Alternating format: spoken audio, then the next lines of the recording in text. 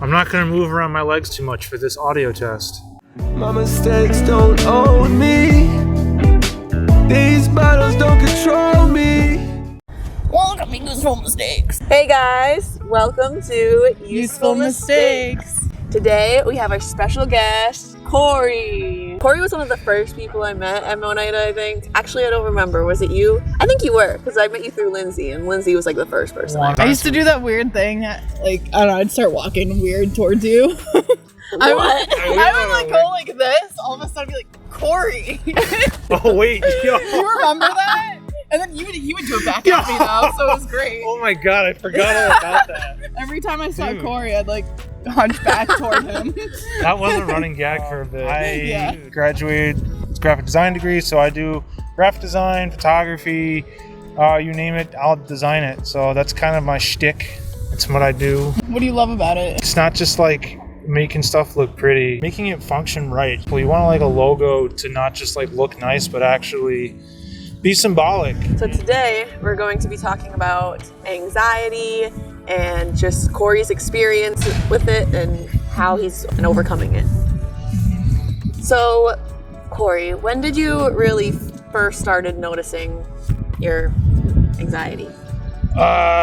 It actually was like my freshman year of college, and it wasn't something that like I knew or understood right away. It had like a bunch of panic attacks about, and I didn't even understand like what a panic attack was or what it felt like. The first time you noticed it was like anxiety? It was it did have some momentum to it. It was something like you kind of can shrug off, but it just, just started to perpetually get bigger and bigger and bigger until like I had my first serious panic attack. Do you think like a lot of that was, going into college and just being in that new atmosphere and adulthood? Honestly, no. If anything, I think the culture shock that I experienced going to Mount Ida was actually kind of insightful towards my own anxiety journey, as I like to call it. You hear people talk about what they're going through, you hear people's life experiences, so it was pretty insightful, and it gave me a lot of perspective onto life outside of what I was used to. Yeah, that's kind of like what Useful Mistakes is all about too. Like we just interviewed different people about different things that they've gone through to show that everyone has gone through something or is going through something. I thought it was perfect to share, honestly, because for that exact thing, I was like, I feel like in one way or another, people are either familiar with it or they deal with it. So, do you ever feel like your anxiety gets in the way of your everyday life or accomplishing anything? Definitely was a bigger obstacle in my day-to-day. Yeah, there were times where it definitely got in the way, not just of what I wanted to achieve in school and with my career, but also relationships with people and people I was dating. Communicating that with them in the first place, but then not only that, but then just them understanding. Without even knowing what I was going through, it was tough to explain it. I just thought, as naive and weird as it might sound, I literally thought it was divine intervention. Like I said, I thought it was a higher power interfering. I really feel like I opened up, and a big part of that was actually getting involved in a weird way. It was therapeutic to me. Being able to do orientation was a lifesaver. Oh yeah. It felt like it was going on for months, to kind of go back to that snowballing analogy. Oh, yeah, wow. I started to feel it like it was going to happen. But, yes, you didn't know when, but didn't know what it was either. I just knew it was a slow boil, up, snowball, like you said. Slow boil, it was slight simmering, and then all of a sudden boiled over. Yeah, it just boiled over, and I had a full-on mega panic attack Memorial Day weekend 2014. Were you alone? No, I was at my grandmother's house, and I just remember I was texting the girlfriend I was with at the time. I don't remember what I was texting her, but I just remember I needed my mom. My mom was always my go-to for any sort of shit. And I was just I just don't feel good. And we took off. There was a school down the street that we just sat at, and I just was trying to explain all of this shit. And that's actually when she was there's not anything I can do, so maybe we should seek a therapist to just get you the help that you need. As a parent, I can't really imagine how helpless that is, or even as a significant other. Yeah.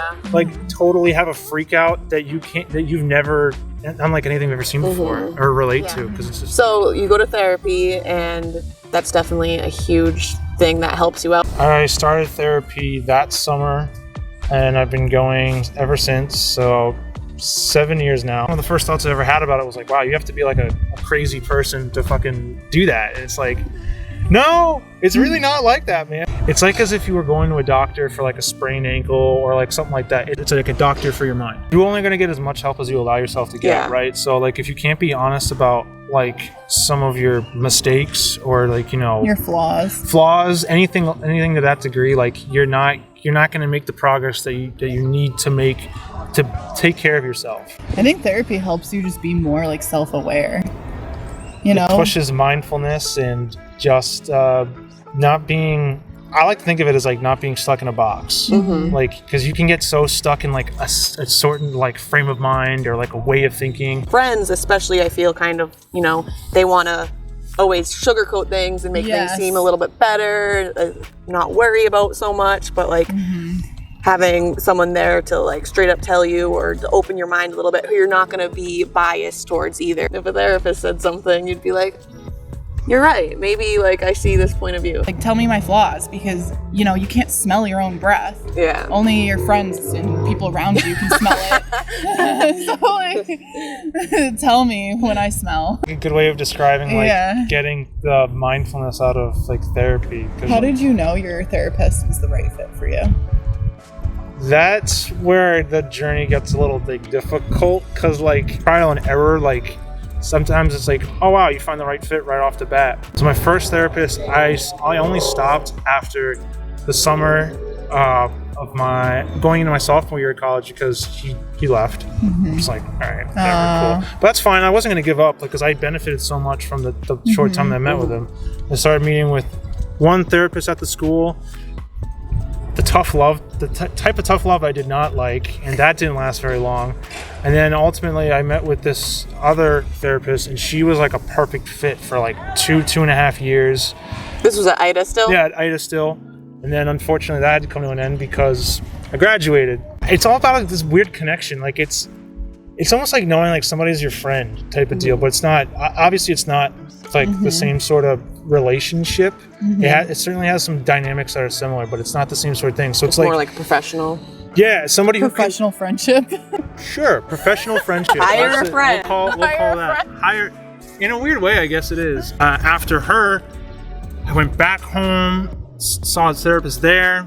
Totally wasn't the right fit, and that kind of came with experience. Like I kind of figured like, okay, he's not really geared towards like my age group. I'm getting stressed out about getting the help that I want, and this isn't gonna work. Found another lady in town. That there was a whole other weird thing with that. She ended up just like going ghost, and I'm like, all right, really? All right, Danny Phantom. Like, yeah, Danny Phantom. That's the worst thing. It was pretty shitty. I got my guy now, and he speaks to me in analogies, and I love a good analogy.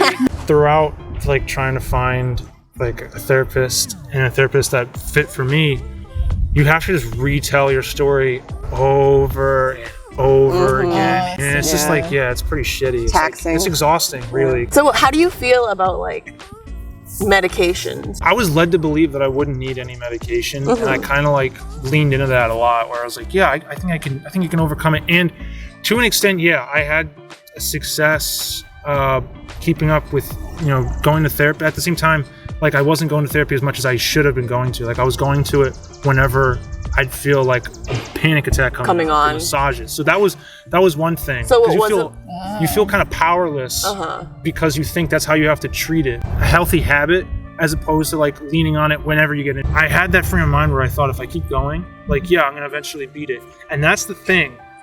You're never gonna beat it. And as soon as you admit that, I think you kind of let up some of the pressure that you're putting yourself. It's like a guest at the table. You know that it's there, you acknowledge that it's there, and it's fine. Because it's, if anything, anxiety is a survival instinct. I've opened up to medication, and I've actually since like October taken medication on top of going to therapy. That was another thing too. My doctor's like, make sure you keep going. It's like, well, yeah, of course. Like I think this is the greatest thing in the world. Just because I'm taking a fucking pill doesn't mean I'm gonna stop. and don't think that's gonna solve, because again, like it's they tell you every step of the way when you take medication and you're on therapy, like the objective is not to like crush it, beat it, because you're not gonna beat it. You learn to live with it, you learn to embrace it and be okay with it, because it's not a flaw. It's just I think of it as a superpower, to be totally honest. I just have like this sensitivity to stuff, and that's how you embrace it. That's how you learn to live with it. That's how I've learned to live with it. So with the medication, was it like a trial and error for you too? Like, did you try different? Oh, it's still a trial and error. Yeah, it's so still a you still- trial. They say you know when it doesn't work, and so far in my experience, yeah, you'll know when it doesn't work. I felt too good, and it wasn't like a big dosage either. So it's like, okay, this like kind of. You just don't feel you don't feel balanced. It's not cool. And then sometimes you get like night sweats. It's like, wow, what an underrated, terrible fucking thing. Night sweats, man, they suck. Yeah, it's still trial and error. I'm not quite married to what I'm doing now, but you know, you kind of have to be okay with it. With my girlfriend, she was very insightful, and she's been a huge part of my whole journey to begin with. She was actually the first one to tell me, like, bro, you have anxiety. And I was like, the fuck is that? She was really insightful on that because she also had like a trial and error sort of experience, and so she's like, you know, it can be like that sometimes. It's like, it's okay as long as you're willing to do that sort of thing. Unrelated note, there are some where if you actually smoke weed, it makes you have psychopathic thoughts. So be careful. What? Wait, what? Fuck? Yeah, because I mean, everyone's chemical buildup is different mixed with other It was a chemicals. clinical thing. Wait, what is psychopathic? Like, what I'm would gonna that kill you. involve? No, I'm Oh my god! I'm over here, like, I would smoking. imagine. I've come this far. I've worked this hard, and I don't want being a psychopath one day to ruin that whole journey. Yeah. So, if you decide to go down this thing, it's about you. No one else is gonna really be as big on you as you are you. And if you're not gonna if you don't take it seriously, who's gonna take it seriously? You know, you have to be accountable for yourself in that respect. So what is some advice that you would give other people struggling with anxiety? Have a good, healthy routine. COVID actually, as weird as it is, I know it's been hard on a lot of people. I've had a lot of opportunities to take better care of myself. Yeah, you're stuck inside and sucks, but you know what else you can do? You can walk whenever the fuck you want, and it's amazing. Stop! I can't work from home. So like, I try to walk whenever I can, and I don't beat myself up if I can't. Like, forgiving yourself. Because yeah, there are days where you are going to trip, and yeah, there are times where you do need to be hard on yourself. Be like, all right, come on. But being patient with yourself, being forgiving to yourself. I think that's a huge thing, forgiving. Yeah. Because like if you have a bad day or something, then you just, I mean, some people tend to just beat themselves up and like linger on that. Especially when you're comparing yourself to somebody else's situation or anybody else's situation. And you situation. just need to understand, like, it's a learning moment. You know, it's not any mistake. It's a learning moment. Drinking lots of water. A little secret thing that I like to do is I'm a morning person, so this works for me. And if you're not a morning person, I don't know how well it's going to work. But what I like to do is I like to wake up 2 hours before I have to go and get up for work. I'll go for 1 hour and a half walk. But the rest of that, I'll leave it. But I mean, it's great because it's time for me. The point of that 2 hours is time for yourself and a slower routine. You're able to slow your routine and feel like you're ahead. You're early for your day rather than being behind. In a more general sense, dedicating at least an hour to do whatever it is, like kind of like a recess in a way. Give yourself that time to just let loose, run around. If it is running around, that's great. Do what you want to do for you. Yeah, and focusing on accomplishing something is definitely something that helps me. And a lot of people's mindsets, I feel like if you want to get something done, it needs to be like a whole day designated to that. But like in all reality, like how much time do someone spend sitting on their phone? I don't know why, but being like me waking up and immediately going on my phone every morning, I think that somehow was like giving me anxiety. I can see that. And so now when I wake up, I try to like read a chapter out of my book, and it's such a bad, like I am just, my whole day goes You better. just feel so different. I don't know why, I don't know, something about staring at screen. The mindset where you feel like you're behind, where you're trying to compare yourself because you're seeking some sort of comfort, and you think that like because it's a quick, seeing easy somebody comfort. on social media on a beach is the way you're gonna measure your life. Oh man, they're on a beach, and what am I doing? In bed, not wanting to get up. Man, I'm so shitty, man. Like, no, don't do that to yourself. It's a quick, easy way to just like distract yourself. I guess another thing that I do too to help is I try not to like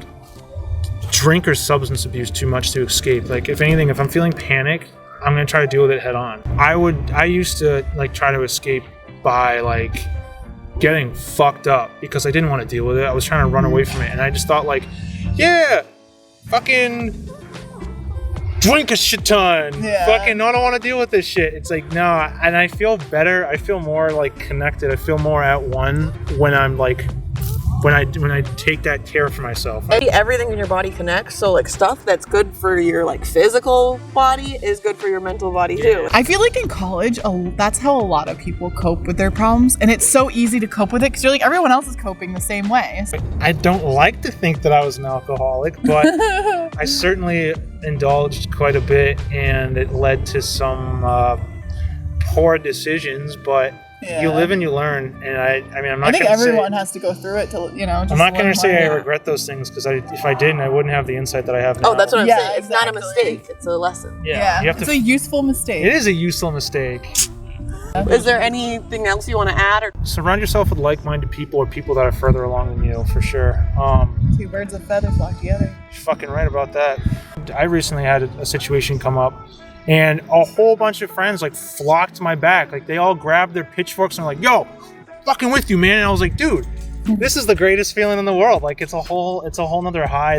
thank you so much for talking about this. This Thanks was for very having me on. insightful, and I hope it's insightful for everyone else. I hope so too. I know it's like kind of weird. It can be kind of weird, taboo stuff. It's a Honestly. great conversation. I'm glad we're having it. And thanks for watching.